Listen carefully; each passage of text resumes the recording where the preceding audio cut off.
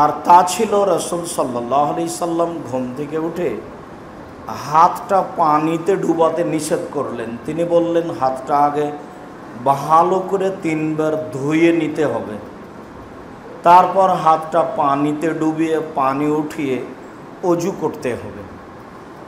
অজু করার পদ্ধতিতে তিনি বলেছেন কবজি পর্যন্ত 3 বার ধৌত করতে হবে, তারপর হাতে পানি নিয়ে মুখে দিতে হবে। কিছুক্ষণ পরে কনুই পর্যন্ত ধোয়াই লাগবে, তখন তো কবজি ধোয়া পড়বে। তা আগেই কবজি পর্যন্ত তিনি 3 বার কেন ধুইতে বললেন? তার মানে তিনি বলতে চাইলেন হাতে পানি নিয়ে মুখে পানি দিলে হাতকে আগে উপযুক্ত হতে হবে। যতক্ষণ পর্যন্ত হাতটা 3 বার না ধোয়া হয়েছে ততক্ষণ পর্যন্ত সেই পানি মুখে দেওয়া যাবে এমনটা মানুষের জন্য পরিবেশ আসেনি। যার কারণেই তিনি কবজি পর্যন্ত হাত আগে 3 বার ধৌত করতে বললেন।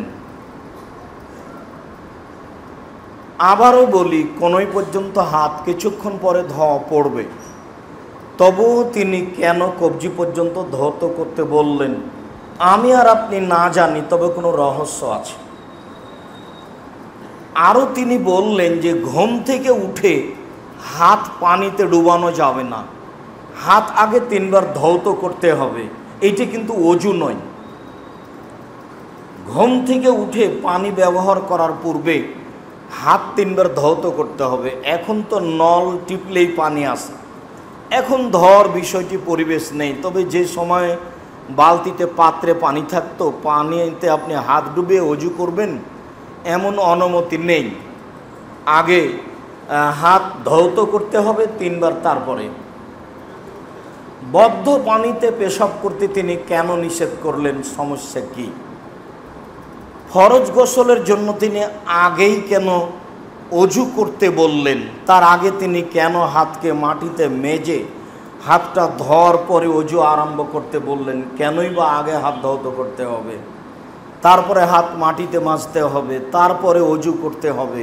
অজুর সময় তো হাত কবজি পর্যন্ত আমরা ধোবই, তাহলে আগে হাত এইভাবে ধৌত করতে হবে কেন? পেশাব পায়খানা থেকে পবিত্রতা অর্জন করার পরে হাত মাটিতে মেজে এমনভাবে ধুইতে হবে কেন? জরুরি আদেশ। ঘুম থেকে উঠলেই কেন মেশক করতে হবে? প্রত্যেকটা সলাতের পূর্বে এত শক্ত পদক্ষেপ মেশক করার কেন? তিনি বলছেন আমি ভারী মনে না করলে প্রত্যেক সলাতের সময় আমি অজু মেশক করার জন্য জোরালো আদেশ করে দিতাম। কেন মুখকে এইভাবে পরিষ্কার করতে হবে, দাঁতকে? কী বা রহস্য আছে? একজন মহিলা অপবিত্র হয়েছে, ফরজ গোসল করে পবিত্র হবে হায়েজ হলে, তো তাকে আবার অজু করতে হবে কেন? কেন বা জরুরি আদেশ তাকে অজু করার, হাত ভালো করে ধৌত করার? একটা মানুষ মারা গেছে, তাকে গোসল দিতে হবে, গোসল দেওয়ার পরে আবার আমাকে কেন গোসল করতে হবে? এখানে কি রহস্য আছে? মানুষ জানে না রহস্য কি আছে। তবে জরুরি আদেশ তিনি বলেছেন ভালোভাবে হাত ধুইতে হবে, অজু করতে হবে, পবিত্রতা অবলম্বন করতে হবে। এই কথা মুহাম্মদ সাল্লাল্লাহু আলাইহি সাল্লাম বলেন। তাতে আমরা সময়ের গতিতে বিস্তারিত বলেছি। রাসূল সাল্লাল্লাহু আলাইহি সাল্লামের পদ্ধতিতে পবিত্রতা অর্জন করলে জীবাণু দূরে সরার জন্য এইসব পদ্ধতি অবলম্বন করা লাগবে না। রাসূল সাল্লাল্লাহু আলাইহি সাল্লামের পদ্ধতি চূড়ান্ত ও যথেষ্ট। সুন্দর করে অজু করলে 2 রাকাত সালাত আদায় করতে হয়, বিবরণে বলা হয়েছে। রাসূল সাল্লাল্লাহু আলাইহি সাল্লাম বলেছেন সুন্দর করে অজু করে 2 রাকাত সালাত আদায় করলে তার সমস্ত পাপ ক্ষমা করা হবে, তার জন্য জান্নাত হবে। হাদিস বুখারী মুসলিম। রাসূল সাল্লাল্লাহু আলাইহি সাল্লাম এই কথা বলেন। পবিত্রতার এক পর্যায়ে ফরজের আলোচনা আছে। আমরা আমাদের ধারাবাহিকতায় ফরজ সালাতের আলোচনায় ইমাম এবং মুক্তাদির কর্তব্য কি, ইমাম এবং মুক্তাদির জরুরি কর্তব্যের অবস্থানে আমরা রয়েছি। জামিয়া সালাফিয়া ডাঙ্গিপাড়া পবা রাজশাহী বাইতুল হাম জামে মসজিদের পক্ষ থেকে নিয়মিত ধারাবাহিক খুতবা দেখলে আমরা এসব ধারাবাহিক আলোচনা শুনতে পাবো বলে আশাবাদী। সম্মানিত দিনী ভাই বোন, আমরা আজকের আলোচনা ধারাবাহিককে বজায় রেখে নয়, ভিন্ন আলোচনা, তা হলো হালাল রুজি। আবারও যখন আমরা বাইতুল হাম জামে মসজিদে খুতবা দিব তখন ধারাবাহিকতা বজায় রেখে খুতবা দেওয়ার চেষ্টা করব ইনশাল্লাহুল আজিজ। তবে আরও উল্লেখ্য যে রাসূল সাল্লাল্লাহু আলাইহি সাল্লাম একথা বলছিলেন যে রোগ জীবাণু মানুষের কাছ থেকে আর একজনের কাছে যেতে পারে না। তিনি বলছেন এইভাবে, লা ইউদি শাইউন সায়া, একজনের রোগ ব্যাধি আর একজনের কাছে যেতে পারে না। আবার বললেন লা ইউদি শাইউন সায়া, একজনের রোগ ব্যাধি আর একজনের কাছে যেতে পারে না। তিনি বললেন লা ইউদি শাইউন সায়া, একজনের রোগ ব্যাধি আর একজনের কাছে যেতে পারে না। পল্লীর একজন বেদুইন মানুষ সেই বৈঠকে ছিল, সে দাঁড়িয়ে বলল, যাই, একটা উঁটকে চুলকানি ঘাও হলে বাকি সব উঁটকে হয়ে যায়। জি, এরকম আছে, রোগ ব্যাধি একজনের কাছ থেকে আর একজনের কাছে চলে যায়। রাসূল সাল্লাল্লাহু আলাইহি সাল্লাম বললেন, তাহলে বলো দেখি মান আজরাবাল আওয়ালা, প্রথমটাকে কিভাবে হলো, সেইটা কোথা থেকে আসলো বলো। তখন পল্লীর মানুষ চুপ হয়ে গেল। চুপ হয়ে গেলে রাসূল সাল্লাল্লাহু আলাইহি সাল্লাম বললেন, মানুষকে যখন আল্লাহ তাআলা সৃষ্টি করেন তখন চারটা জিনিস সৃষ্টি করেছেন। খালাকা হায়াতাহা মাওতাহা ও রিজকাহা মাসায়াবাহা, লিখে দিয়েছেন তার মরণ, লিখে দিয়েছেন তার জীবন, লিখে দিয়েছেন তার রুজি, লিখে দিয়েছেন তার রোগ ব্যাধি। সেই দিন যদি করোনা ভাইরাস লিখা হয়ে থাকে তাহলে পৃথিবীর কোনো মাধ্যম দিয়ে তাতে থেকে রক্ষা পাওয়া যাবে না। এটাই চূড়ান্ত, এরই নাম ধর্ম। আমরা মুসলিম হিসাবে এই ধর্ম বিশ্বাস করে বেঁচে আছি বলে আমাদের জোরালো দাবি। কোনো পথপন্থা নেই সেখান থেকে বাঁচা যেতে পারে, সেটা যদি পূর্বে লেখা থাকে। তবে একটা পথ আল্লাহ রাসূল বলেছেন, লাইরাদ্দুত তাকদীর ইল্লা বিদুয়া, খুব বেশি বেশি দোয়া করলে লিখিত ভাগ্য পরিবর্তন করা হয়। এ কথা মুহাম্মদ সাল্লাল্লাহু আলাইহি সাল্লাম বলেন। তবে তিনি এই কথা ওখানে বলেছেন, লা আদাওয়া, রোগ ব্যাধি একজনের কাছ থেকে আর একজনের কাছে যায় না। হাদিস বুখারী মুসলিম। তাতে আমরা উল্লেখ করেছি যে করোনা ভাইরাস এইটা ছোঁয়াচে রোগ নয়, তবে এইটা কি মহামারী? মহামারী হলে কয়েক সপ্তাহের মধ্যে সারা এলাকা, থানাকে থানা, জেলাকে জেলা, দেশকে দেশ খালি হয়ে যাবে। তার নাম মহামারী, তার নাম কলেরা। তাহলে এটা মহামারীও নয়, কলেরাও নয়, ছোঁয়াচে রোগ নয়। তাহলে কি? তাহলে বিপদ, তাহলে বালা, তাহলে মুসিবত একটার পর একটা আসতেই পারে। যা এসেছিল মুসা আলাইহিস সালামের সম্প্রদায়ের উপরে, বনী ইসরাইল ইহুদি খ্রিস্টানদের উপরে, অন্যায় যত বেশি হবে বালা মুসিবত সময়ে সময়ে তত বেশি হবে, আরও আসতে পারে। বনী ইসরাইলের যুগে মুসা আলাইহিস সালামের সেই সময়ে হঠাৎ দেখা যায় ঘরে, বিছানে, পাতিলে সব জায়গাতেই রক্ত। তার নাম বিপদ। বাঁচবেন কি করে? তরকারির পাতিলি খুলে দেখা যায় যে তরকারিতে রক্ত ভর্তি, বিছানে রক্ত ভর্তি, সব জায়গাতে ব্যাং, সব জায়গাতে ব্যাং, বিছানে ব্যাং, তরকারিতে ব্যাং, ভাত, সব কিছুতেই ব্যাং ভর্তি। এর নাম বিপদ, এর নাম আল্লাহর পক্ষ থেকে বালা মুসিবত। যদি করোনা ভাইরাস বালা মুসিবত হয় তাহলে বাঁচার মাধ্যম এগুলি নয়। তাতে তিনি বলেছেন বাঁচার মাধ্যম তখন হবে সালাত আদায় করা, তখন হবে দোয়া প্রার্থনা করা, তখন হবে ক্ষমা চাওয়া, তখন হবে জিকির করা, তখন হবে দান সাদকা খায়রাত করা। দান সাদকা দিয়ে বালা মুসিবত থেকে বাঁচা যায় বলে মুহাম্মদ সাল্লাল্লাহু আলাইহি সাল্লাম বলেন।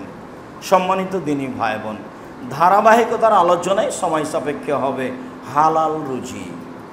মানুষের জীবনে বেঁচে থাকার জন্য সবচেয়ে জরুরি কাজ, পৃথিবীতে মানুষের জীবনে তার চেয়ে আর কোনো জরুরি কাজ নেই। এত গুরুত্বপূর্ণ, এত জরুরি জোরালো কাজ মানুষের জীবনে নাই, সেটা হলো সালাত, নামাজ। মানুষের জীবনে এর চেয়ে কোনো গুরুত্বপূর্ণ জরুরি কোনো কাজ আছে বলে আমি আব্দুর রাজ্জাক বিন ইউসুফ, আমার যেটুকু ভাঙাচোরা বিদ্যা আছে তাতে আমি বিবেচনা করতে পারি না। আমার বিবেচনায় চূড়ান্ত এটাই যে মানুষের জীবনে সবচেয়ে গুরুত্বপূর্ণ কাজ হলো সালাত। কেননা সব ইবাদত নির্ভর করে সালাতের উপরে।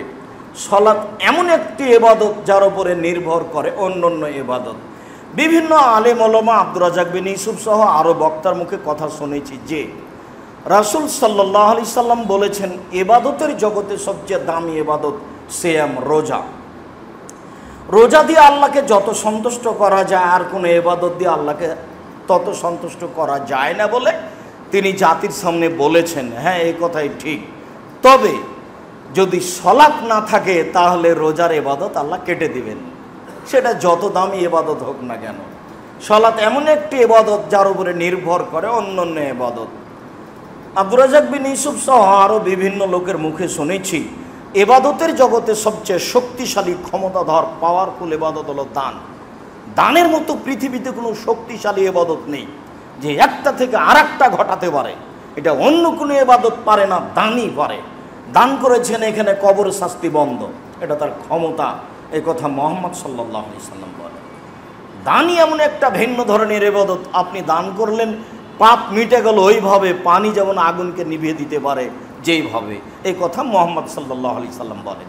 তিনি বলেন যে দান আল্লাহর রাগকে মিটিয়ে দিতে পারে, তার মানে একটা থেকে আরেকটা ঘটাতে পারে যা অন্য কোনো ইবাদত পারে না। এরপরেও দান যতই শক্তিশালী ইবাদত হোক না কেন, যদি সালাত না থাকে তাহলে এটা আল্লাহ কেটে দিবেন। আমরা একাধিক দিন অবগত হয়েছি যে রাসূল সাল্লাল্লাহু আলাইহি সাল্লাম বলেছেন আল্লাহকে খুশি করার পৃথিবীতে সবচেয়ে বড় পথ পন্থা হচ্ছে এক ফোঁটা চোখের পানি। রাতের অন্ধকারে যে কোনো সময় আল্লাহর ভয়ে যদি এক ফোঁটা চোখের পানি পড়ে, তাহলে এইটুকু আল্লাহর কাছে যত প্রিয়, যত পছন্দ। এবাদতের জগতে আর কোনো এবাদত নাই যা দিয়ে তাকে অত খুশি করা যায়। আমি দিনরাত কান্নাকাটি করি আল্লাহর ভয়ে, কথা ঠিক, তবে ঠিক মতো সালাত আদায় করি না। যখন আমি সালাত আদায় করি না তখন আল্লাহ এই ইবাদত কেটে দিবেন। তার মানে সালাত এমন একটি ইবাদত যার উপরে নির্ভর করে অন্যান্য ইবাদত। অতএব মানুষের জীবনে সবচেয়ে গুরুত্বপূর্ণ কাজ হলো 5 ওয়াক্ত সালাত। হ্যাঁ, এই কথা ঠিক, তবে হালাল রুজি না হলে সালাতও কাটা যাবে। হালাল রুজি যদি না থাকে তাহলে সবই হারিয়ে গেল, কোনোটাই থাকলো না। রাজশাহী চাঁপাইনবাবগঞ্জের ভাষায় আমও গেল, ছালাও গেল, কাঁদতে কাঁদতে দুইটা চোখও গেল, সব কিছুই হারালো। যদি মানুষের রুজি হালাল না হয় তাহলে সালাতও টিকবে না। এই কথা আল্লাহ তাআলা বলেন, এই কথা রাসূল সাল্লাল্লাহু আলাইহি সাল্লাম বলেন। মানুষের জীবনে দ্বিতীয় জরুরি কাজ হচ্ছে হালাল রুজি। আমি মনে করি আমার এই ভাঙাচোরা বিদ্যায় যে মানুষের জীবনে তৃতীয় জরুরি কাজ হচ্ছে কোরআন তেলাওয়াত করা। কোরআন কিন্তু বিচারের মাঠে বিপক্ষে যাবে। আমি বুঝতে পারি না বিপক্ষে কি জিনিস। আমি একটা গ্রামে কাজ করতে চেয়েছি, আমার মুখের উপরে 2টা লোক আমার বিরুদ্ধে দাঁড়িয়েছে। তখন আমি বুঝতে পেরেছি একে বলে বিরুদ্ধে দাঁড়ানো। তো বিচারের মাঠেও যদি কোরআন আমার বিরুদ্ধে দাঁড়ায় তখন পরিস্থিতি কেমন হবে, তাই এখন আমরা বুঝাতে অক্ষম। বিচারের মাঠ যেমন বুঝাতে অক্ষম। মুহাম্মদ সাল্লাল্লাহু আলাইহি সাল্লাম বলেন আল কোরআন হুজ্জাতুন লাকা ওয়া আলাইকা। কোরআন তোমার পক্ষেও হতে পারে, কোরআন তোমার বিপক্ষেও হতে পারে। কোরআন তেলাওয়াত করেই কোরআনের বিরুদ্ধে থেকে বাঁচার একটা পথ অবলম্বন করতে হবে। তাই বলছিলাম মানুষের জীবনে তৃতীয় গুরুত্বপূর্ণ জরুরি কাজ হচ্ছে কোরআন তেলাওয়াত করা। বেশি যদি না পারি তাহলে শেষ পরামর্শ আছে অন্তত সূরা ইখলাস পড়া। অন্তত 3 বার পড়ে নিজেকে বাঁচাই যে আজকে আমি কোরআন মাজিদ পড়েছি। সকালে হোক, সন্ধ্যা হোক, কোনো একটা সময় হোক, 2-1 মিনিটে 3 বার সূরা ইখলাস পড়ে অন্তত নিজেকে রক্ষা করি এই মর্মে যে আমি কোরআন তেলাওয়াত করেছি। মানুষের জীবনে চতুর্থ জরুরি কাজ বলা যেতে পারে 2 জন যেখানে বসে আছে আপনার সেখানে না বসা। নিজে কষ্ট করে উপার্জন করে খাওয়া দাওয়া করলেন, 5 ওয়াক্ত সালাত আদায় করলেন, কিন্তু 2 জন বসে দোকানে আড্ডা পিটছে, আপনিও বসলেন, ওখানে 2 জনের বদনাম হচ্ছিল, আপনি বললেন ঠিক বলেছ। তখন আপনার অবস্থাটা কি হবে হয়তো এটা আপনি অনুমান করছেন না, যেহেতু এখন বিচার হচ্ছে না।